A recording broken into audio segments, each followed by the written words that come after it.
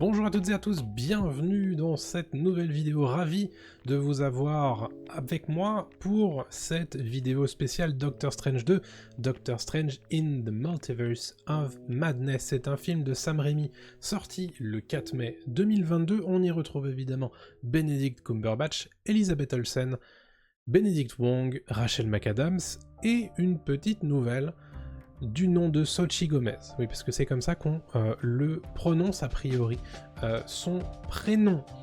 Petite spécificité de cette vidéo, nous allons aller du moins spoiler au plus spoiler, c'est-à-dire que je vais commencer la vidéo où il y aura zéro spoiler. Vous voulez rien savoir de plus que mon avis sur le film, vous aurez ça. Après on fera des légers spoilers, et ensuite on fera des moyens spoilers, et après on fera les oméga spoilers, dont on parlera évidemment si vous avez vu le film, hein, je vous fais confiance bien sûr. Donc voilà, il y aura une gradation, je vous ai fait des petits emojis de feu, de flamme pour vous dire, bon bah voilà, là ça spoil un peu, là ça spoil moyen, là ça spoil beaucoup, et il y a évidemment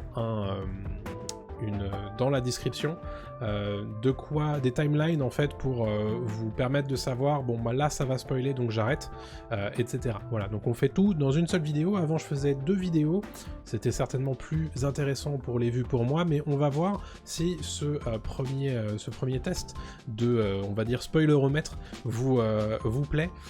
On va faire ça comme ça. Donc aujourd'hui on va parler de Doctor Strange 2, suite du film Doctor Strange sorti en 2016. C'est un film de Sam Raimi, je vous l'ai dit, réalisateur illustre des Evil Dead notamment, mais aussi de la trilogie Spider-Man, donc ce n'est pas forcément un premier essai pour la réalisation de films de super-héros pour lui, et ça donne quelque chose d'assez intéressant. Je vais vous faire le synopsis. Alors en fait, il se trouve que Marvel Studios n'a pas donné de synopsis officiel très détaillé sur le film. Si vous regardez sur la page IMDb, il n'y a pas de synopsis. J'en ai trouvé un quand même sur une chaîne YouTube en anglais que je vous ai traduit rapido. Donc c'est un synopsis qui est très mystérieux. Donc pour ceux qui ne savent pas de quoi ça parle, ben voilà, Doctor Strange 2, ça parle de ça. Dans Doctor Strange in the Multiverse of Madness, le MCU déverrouille le multivers et repousse toujours plus les limites.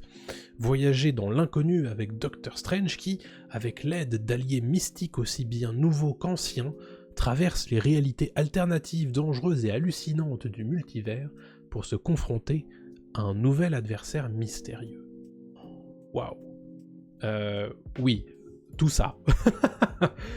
Tout ça, c'est Doctor Strange in the Multiverse of Madness, donc j'ai envie de vous dire, ça vous renseigne pas spécialement plus que ça, puisque, voilà, visiblement Marvel a envie d'être très secret autour de ce film, donc je vous l'ai dit, il y aura des parties spoilers avec gradation dans cette vidéo, donc je vais pas vous en dire plus là-dessus, parce que j'ai pas envie de spoiler sur cette toute première section, zéro spoiler, mais en zéro spoiler, je peux vous dire qu'est-ce qu'il faut avoir vu pour profiter de Doctor Strange 2. Alors, évidemment, il faut avoir vu Doctor Strange 1, quand même, connaître un petit peu le personnage de Stephen Strange et la galaxie de personnages qui gravitent autour de lui.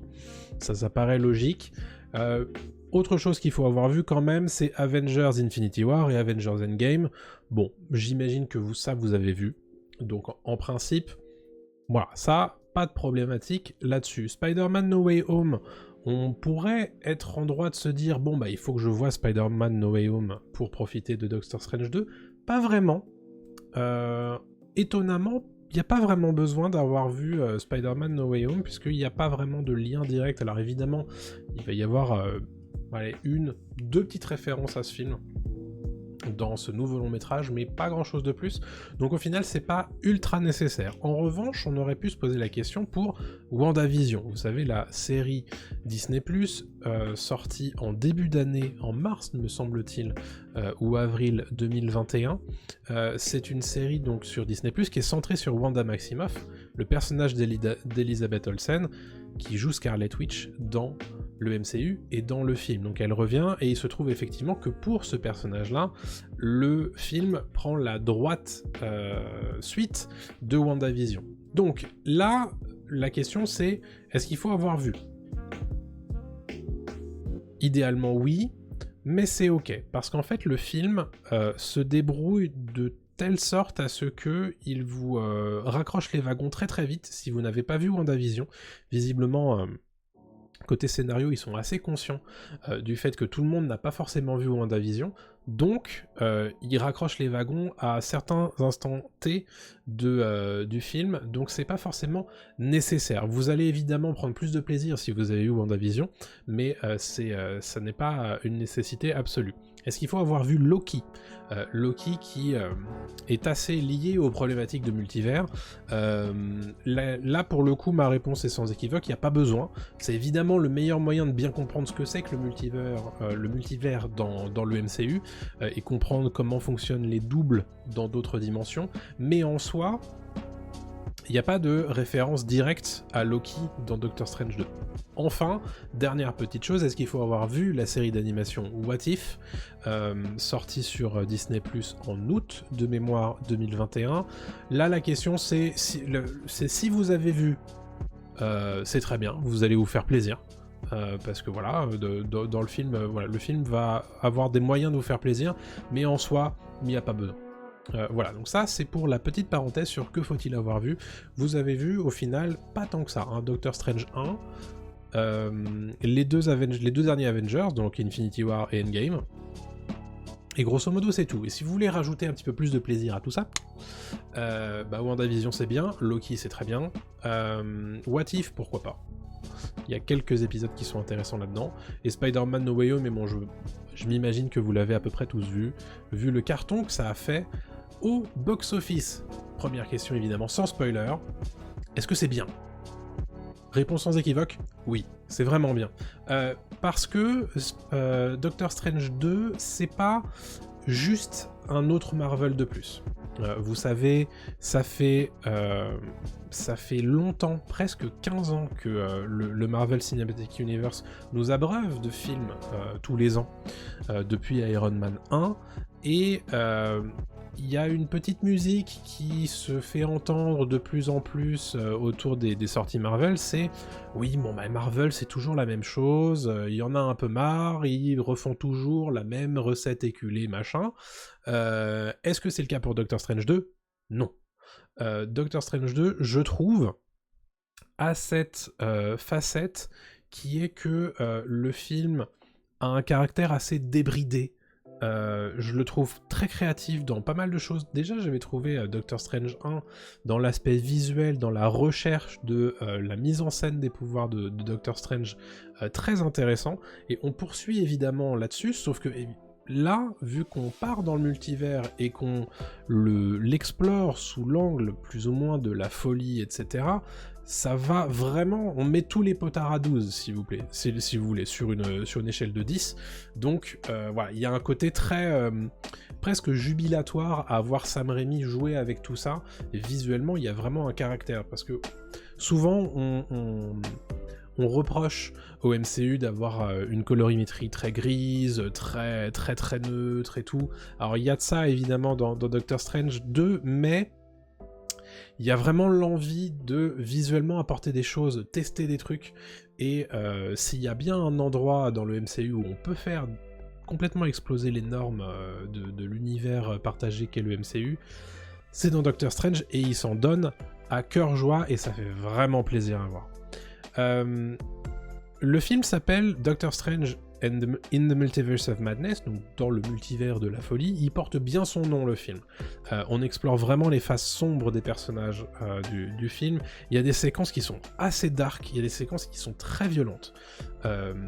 Pour un film qui est PG-13 aux États-Unis, donc qui est déconseillé aux moins de 13 ans, donc les enfants de moins de 13 ans doivent être accompagnés. Non, c'est même pas ça, c'est les enfants de 13 ans peuvent entrer et ils doivent être accompagnés, je crois que c'est ça. Le film a cette classification pour une raison, et même s'il me semble que en France c'est pour tout public, faites attention, si vous comptez emmener un enfant, allez on va dire en dessous de 10 ans, il faut qu'il soit habitué à voir des choses qui sont parfois dérangeantes.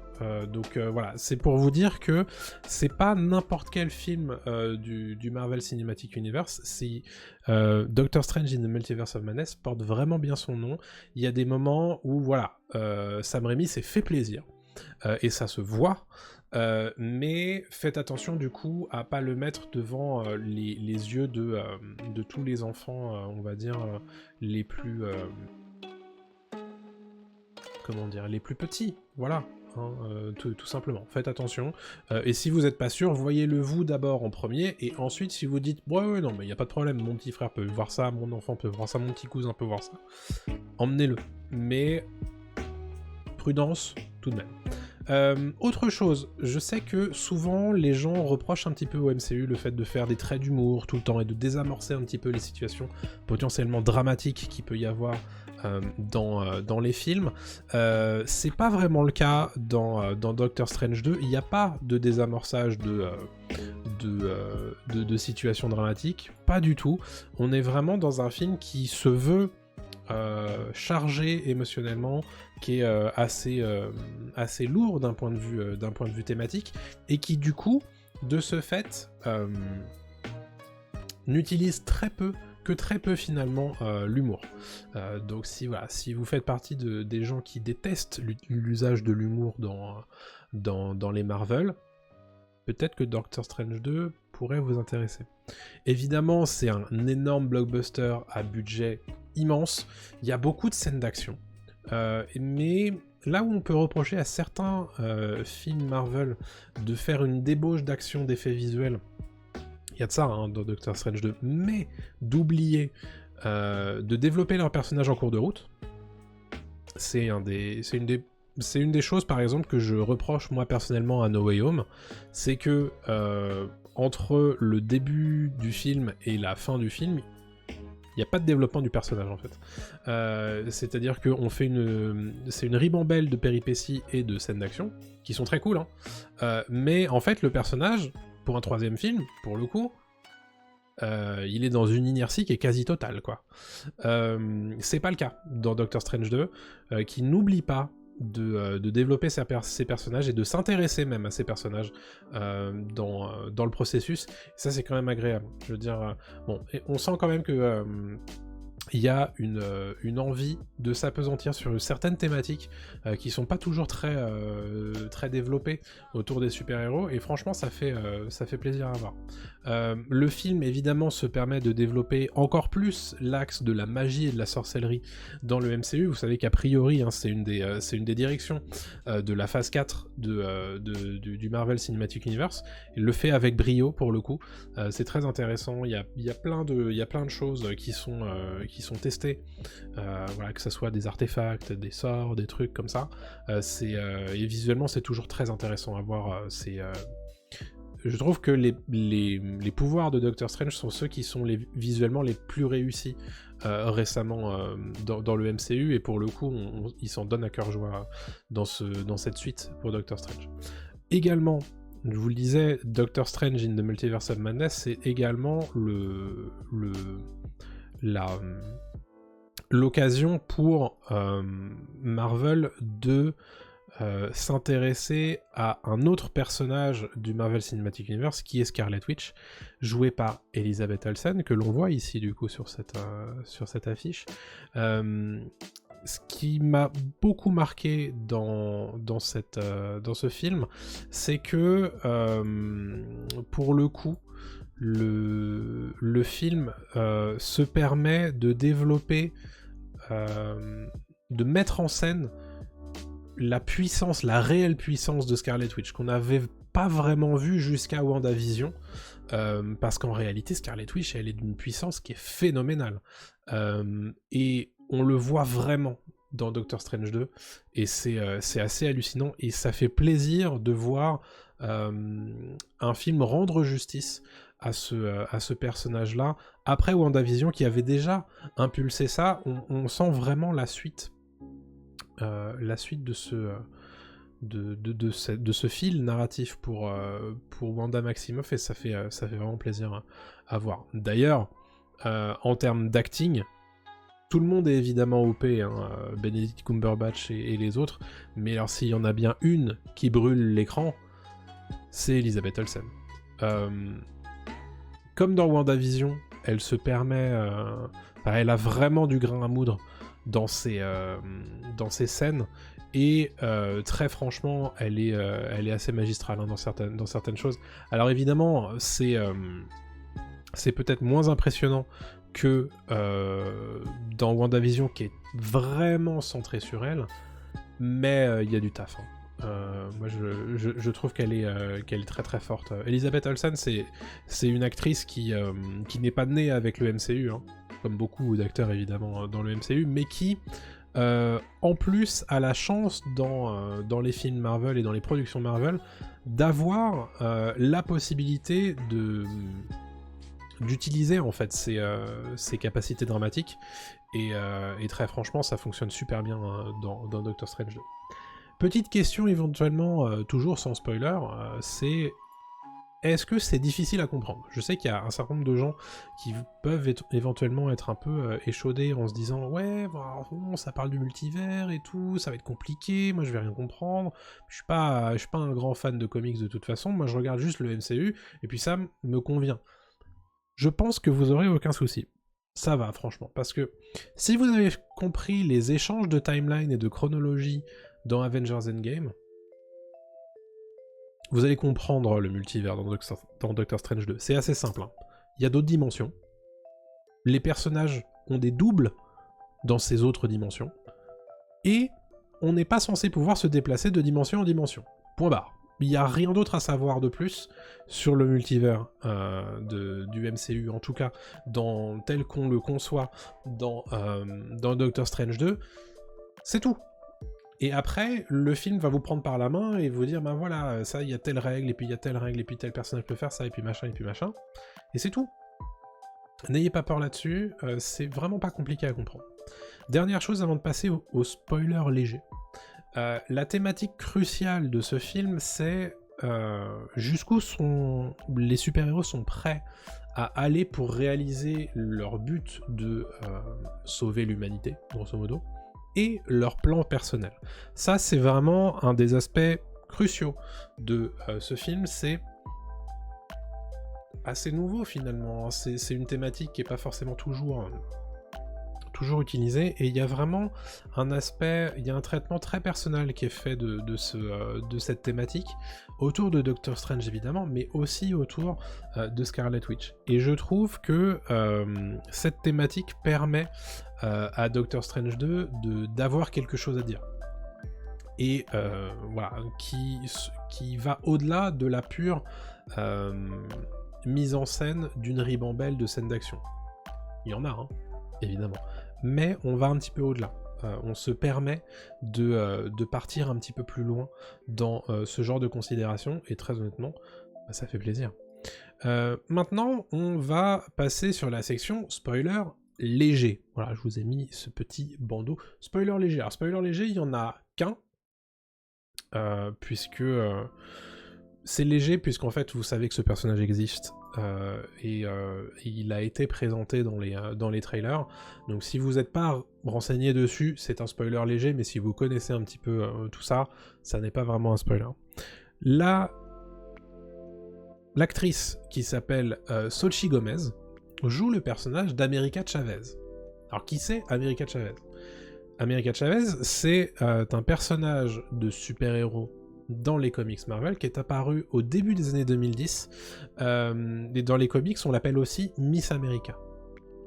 Ok, pourquoi ce personnage apparaît maintenant dans Doctor Strange 2? C'est assez simple en fait. Son pouvoir le plus notable, c'est celui d'être capable d'ouvrir des portails vers d'autres dimensions. Vous vous doutez bien, évidemment, en quoi ce pouvoir pourrait être utile dans un film comme Doctor Strange 2. Alors, je vais pas aller plus loin que ça, parce que, tout simplement, j'ai pas envie de vous en dire plus dans cette période spoiler léger. Voici du coup Xochitl Gomez, j'étais en train de la chercher dans mon diapo. Xochitl Gomez, elle fait le taf. C'est une actrice qu'on a vue, que vous avez peut-être vue dans certains trucs sur Netflix, mais qui n'a pas encore eu un gros boom de carrière, mais évidemment, c'est dans Doctor Strange 2, a priori, qu'elle va exploser aux yeux du grand public. Le personnage d'America Chavez n'est pas du tout le sujet central du film, mais on l'imagine bien revenir dans le MCU. De toute façon, c'est rare que le MCU s'intéresse à certains personnages, surtout celui d'America Chavez, qui est quand même très lié à la trame centrale de Doctor Strange 2, ne pas réapparaître plus tard. Alors, dans quoi est-ce qu'on pourrait la revoir? Probablement un truc comme une version une version MCU des Young Avengers, dont le personnage a fait partie. Voilà, ça c'est my two cents, mais grosso modo, j'imagine ça. On va passer tranquillement au spoiler moyen, de taille moyenne. Évidemment, si vous n'avez pas vu le film, je vous encourage bien sûr à le voir avant de revenir. Le diaporama s'est pété. Je vous encourage évidemment à voir le film et venir du coup rattraper cette partie spoiler moyen de la vidéo, tout simplement. Spoiler moyen. Alors, sans révéler leur contenu, les scènes post-génériques, il y a 2 scènes post-génériques. Vous le savez, c'est habituel. On peut dire que la première, celle qui est du coup à mi-générique, c'est celle qui se déroule du coup après le générique animé, est intéressante et a des ramifications sur la suite du MCU. Voilà ce que je peux dire sans spoiler. Et la deuxième scène post-générique, donc celle qui est à la toute fin des crédits, est une scène qui n'est pas forcément nécessaire pour la suite du MCU. En revanche, vous pouvez la regarder parce que c'est une scène post-générique qui est plutôt rigolote dans la veine des scènes post-génériques qui sont rigolotes. Voilà. D'ailleurs, juste avant le début du générique, Marvel nous apprend que Doctor Strange reviendra. Doctor Strange reviendra, évidemment, bon, c'est un secret pour personne. Mais voilà, donc ça fait partie du coup de ce que je dirais être des spoilers, on va dire, de taille moyenne. Et le dernier que je voulais vous donner, c'est celui qu'on a un caméo qui n'est pas lié au MCU, mais qui est un caméo qui est lié à la carrière de Sam Raimi. Et ça me fait super plaisir de voir Bruce Campbell, le partenaire, le complice de Sam Raimi dans la saga Evil Dead, faire un petit caméo dans Doctor Strange 2. Voilà, je vous spoil pas de sa nature, mais vous verrez, c'est plutôt sympa. Bon, on s'est bien échauffé. On va prendre une petite lampée d'eau. Maintenant, on va passer au méga spoiler. Et là, évidemment, je vous fais confiance. Vous n'êtes pas là spécifiquement pour vous faire spoiler, mais pour, évidemment, discuter de ce que vous avez vu dans le film. Et d'ailleurs, je vous fais confiance dans les commentaires, pour ne pas spoiler directement dans les commentaires, mais mettre un gros spoiler avant de discuter de ce dont on va discuter maintenant. D'accord ? Je vous fais confiance. Donc, partie Oméga Spoiler. S'il vous plaît, regardez le film avant de regarder cette fin de vidéo. Oméga Spoiler.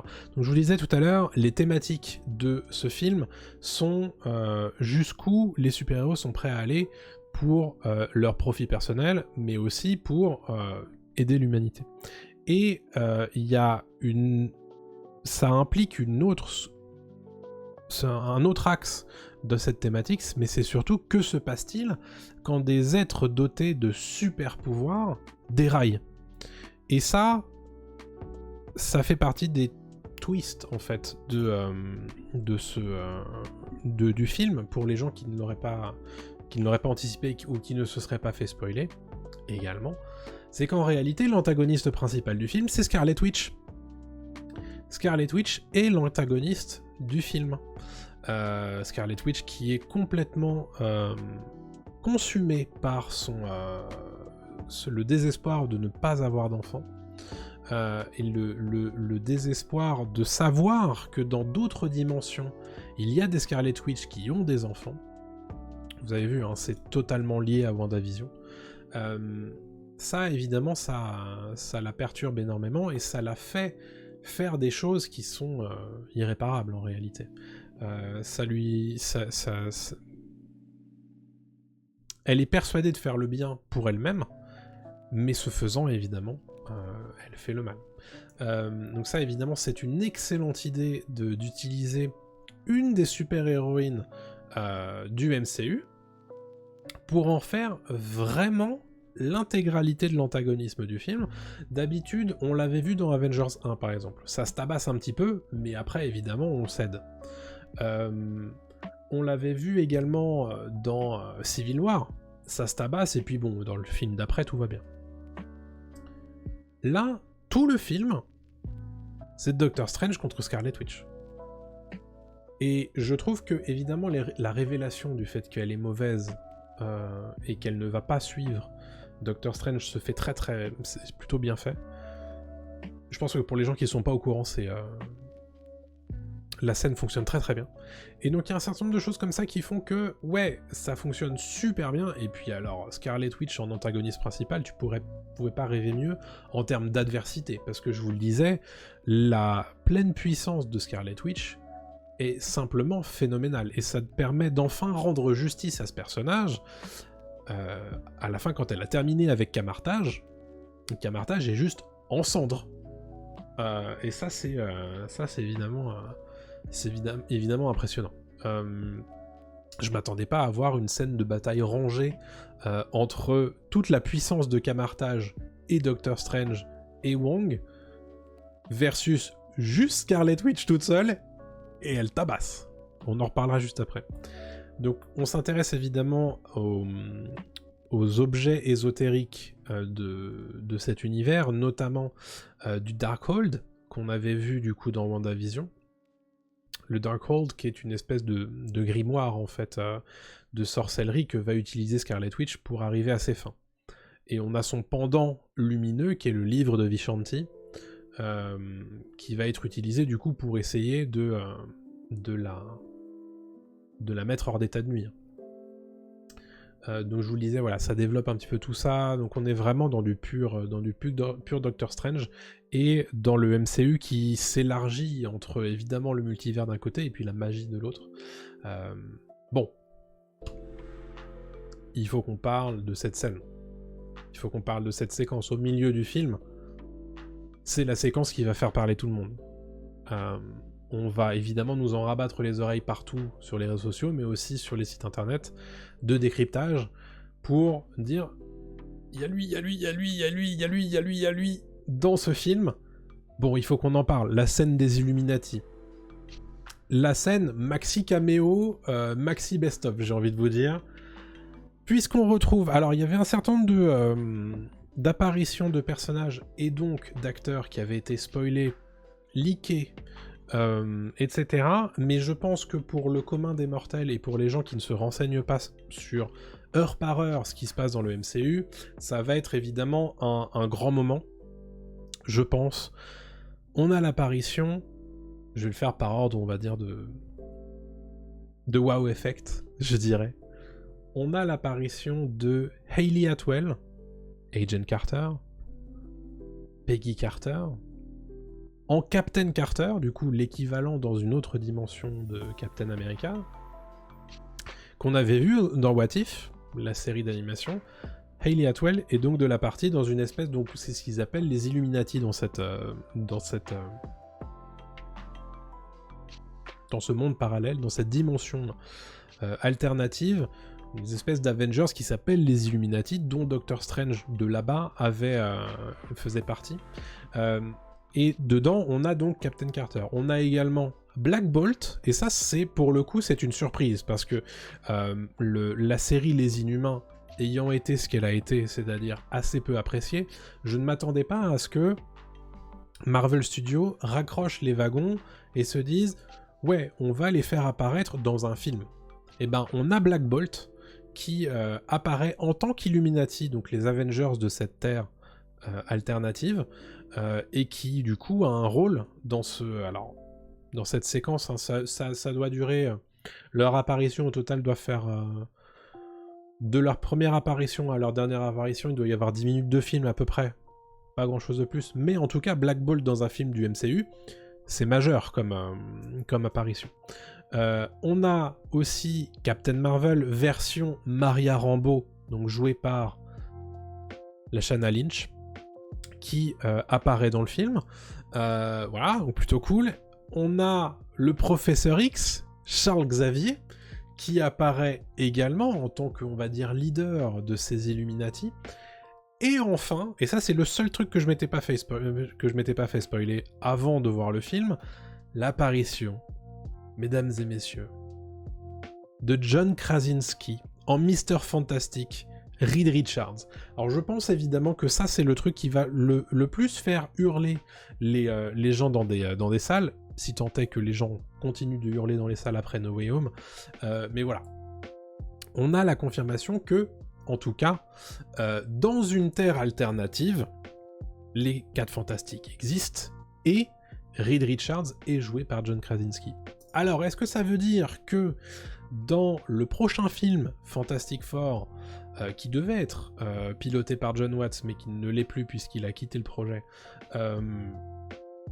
est-ce que ça veut dire que dans ce film-là, dans cette nouvelle adaptation des 4 Fantastiques, on aura John Krasinski en tant que Mr. Fantastic?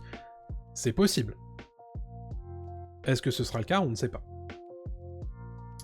Voilà, donc ça c'est bon, ça, évidemment ça fait plaisir. Donc moi j'ai vu le film dans une salle de journalistes, je vais pas vous mentir, c'était le calme plat, mais j'imagine que voir ce film-là, cette séquence-là dans une salle pleine de fans,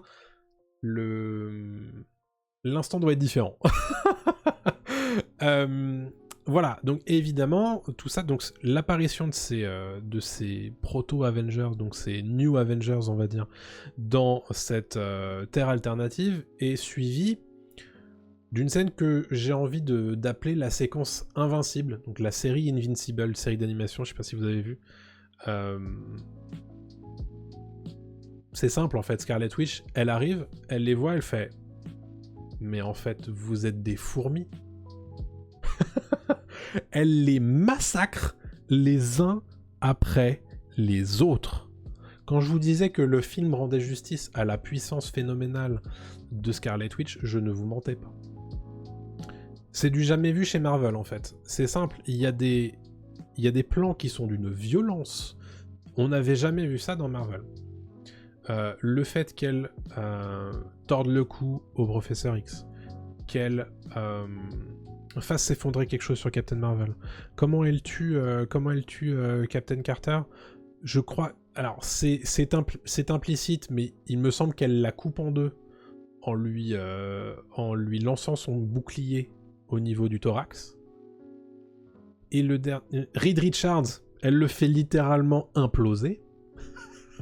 Et Black Bolt, cerise sur le gâteau, elle lui boucle la bouche, puisque vous le savez, Black Bolt en fait est capable de tuer d'un simple son de sa voix. Hein.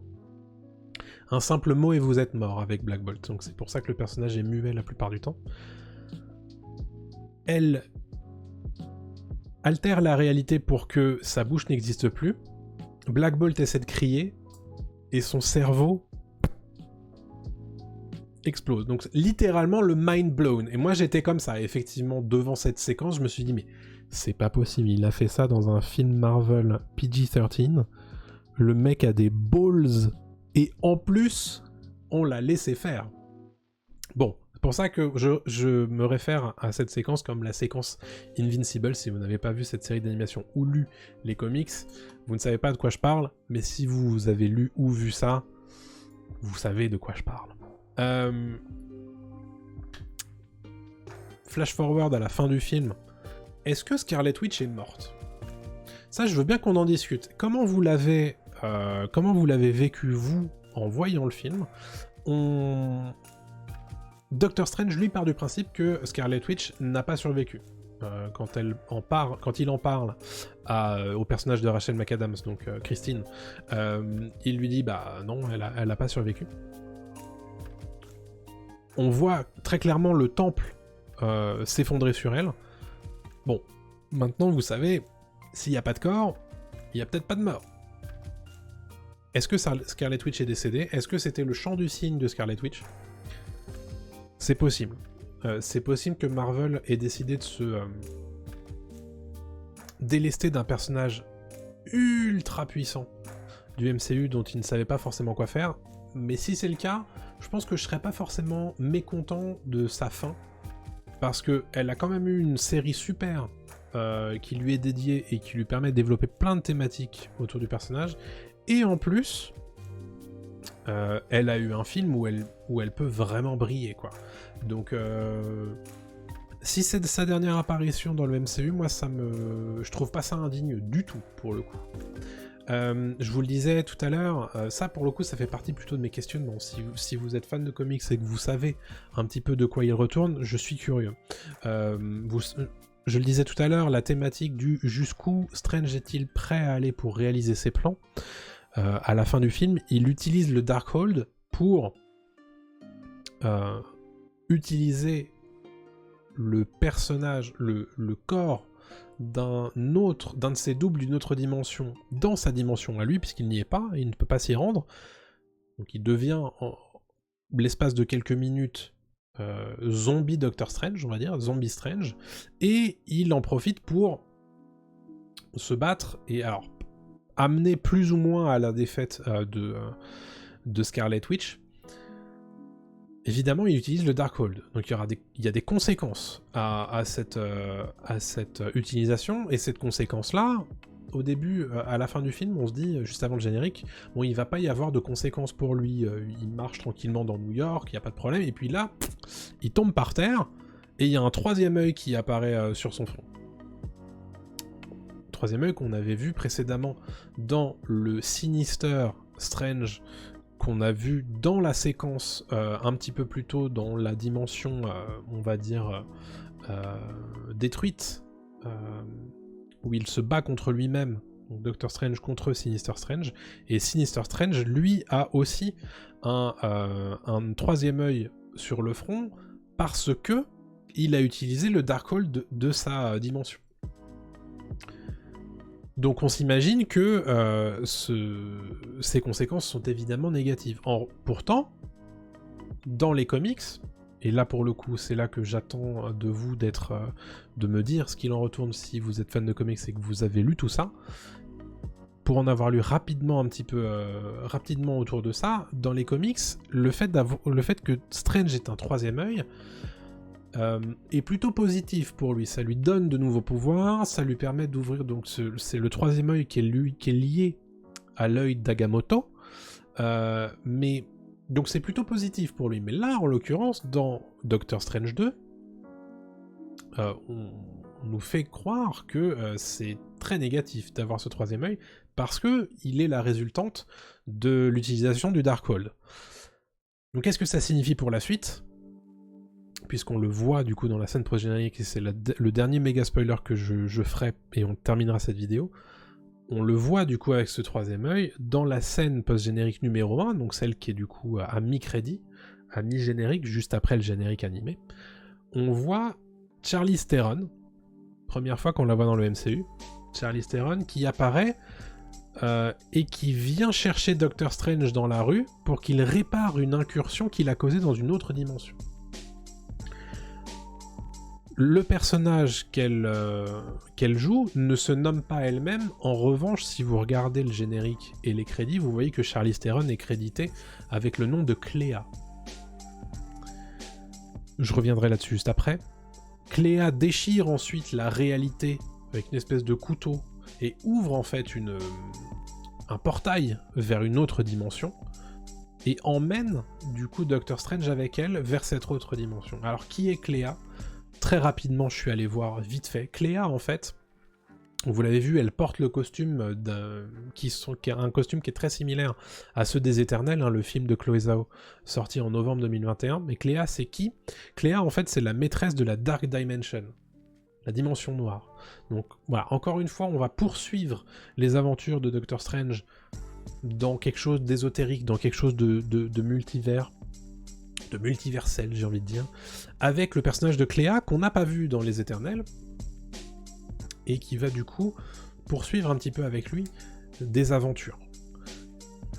Voilà, donc moi c'est... Bon, à la base, moi j'avais pas compris l'ampleur en fait de cette apparition. Je pensais que Charlize Theron était dans Les Éternels. Moi j'avais pas vu Les Éternels avant. Et donc je suis allé me renseigner, Charlize Theron n'est pas dans Les Éternels. Donc ça, voilà. Ça continue évidemment dans cette lancée de développement dans l'ésotérisme, dans le mysticisme du Marvel Cinematic Universe. Et moi ça me plaît. Pour revenir voilà, sur tout ce qui est sur toute cette partie spoiler autour du film, moi Doctor Strange 2, j'ai kiffé. J'ai kiffé parce que c'est pas une avalanche de caméos qui ne servent à rien. C'est des caméos qui sont là pour vous dire bah en fait voilà à quoi ça ressemble le multivers en vrai. On est dans une autre dimension. Et ben voilà, vous voyez en fait, bon déjà la dimension elle est incroyable, on a l'impression que c'est une Terre qui aurait réussi à s'affranchir de son cycle d'autodestruction écologique, mais en plus voilà, bah, les forces de sécurité c'est les sentinelles d'Ultron. Les Avengers, c'est pas les Avengers mais c'est les Illuminati, et dedans il y a Xavier, Professeur X, il y a les 4 Fantastiques, dont Reed Richards, il y a Black Bolt, des Inhumains, enfin voilà, donc il y a tout ça, je trouve que c'est du fanservice, évidemment. Voilà, Marvel, c'est les pros du fanservice, mais je trouve que pour le coup, ça sert à quelque chose, parce que ça nous permet de mettre quelque chose de visuel sur la réalité du multivers. D'ailleurs, j'en ai pas parlé, mais la mise en scène du passage de dimension en dimension dans les portails créés par America Chavez est juste malade d'un point de vue visuel. Il y a des trucs... Ces petites séquences-là m'ont rappelé en fait la créativité dont a fait preuve Spider-Man Into the Spider-Verse. Spider-Man New Generations en français. Il y a une... Vraiment, ils arrivent à faire des trucs, et il y a des moments où je me suis dit, oh là, mais pourquoi on reste pas dans cette dimension-là, ça a l'air incroyable. Bref, donc j'espère qu'un jour on aura la possibilité de développer un petit peu plus sur ces dimensions-là, qu'est-ce qu'on y trouve. Je suis trop curieux de voir ce que ça donne. Je suis hyper enthousiaste autour de Doctor Strange in the Multiverse of Madness. On va faire une conclusion hors spoiler, du coup voilà, la conclusion c'est ici, bonjour. Il n'y a plus de spoiler ici, hein, évidemment c'est la conclusion. Doctor Strange 2 in the Multiverse of Madness, c'est un grand oui pour moi. C'est un grand oui, pourquoi ? Parce que c'est un film qui, visuellement, a une inventivité qu'on a rarement vue dans le Marvel Cinematic Universe, en tout cas récemment. C'est un film qui n'a pas peur d'explorer un petit peu ses personnages, qui n'a pas peur de rendre justice à Scarlet Witch, qui est extrêmement bien joué du côté d'Elizabeth Olsen, et qui est plutôt bien joué sur le reste du spectre du casting. C'est un film évidemment qui va avoir un wow effect pour les fans. C'est voilà, pas forcément. Je l'imagine pas d'avoir le wow effect de l'ordre de No Way Home. Hein. Calmez-vous un petit peu, mais il va y en avoir, c'est sûr. Moi, en tout cas, ça a bien marché pour moi, même si c'était dans une salle de journalistes, donc de gens qui ne s'enjaillent pas. Hein. Évidemment, c'est toujours le encéphalogramme plat, mais moi j'ai trouvé que c'était vraiment bien. On voit que Sam Raimi a eu l'occasion de s'exprimer. Ça se voit dans les scènes qui sont plus ou moins horrifiques. Ça se voit dans les scènes et les séquences qui sont violentes. Ça se voit dans les thématiques qui sont abordées. Ça se voit aussi dans le fait qu'il s'intéresse au personnage, l'air de rien. Sam Raimi, c'est pas n'importe quel yes man, et ça se voit, il l'a prouvé dans Doctor Strange 2. Moi, la grosse problématique et le gros point d'interrogation que j'avais autour de ce film, c'est est-ce que Sam Raimi aura l'occasion de s'exprimer dans un film de Marvel Cinematic Universe qui a plutôt tendance à museler ses créatifs? Eh ben, pas du tout. Voilà.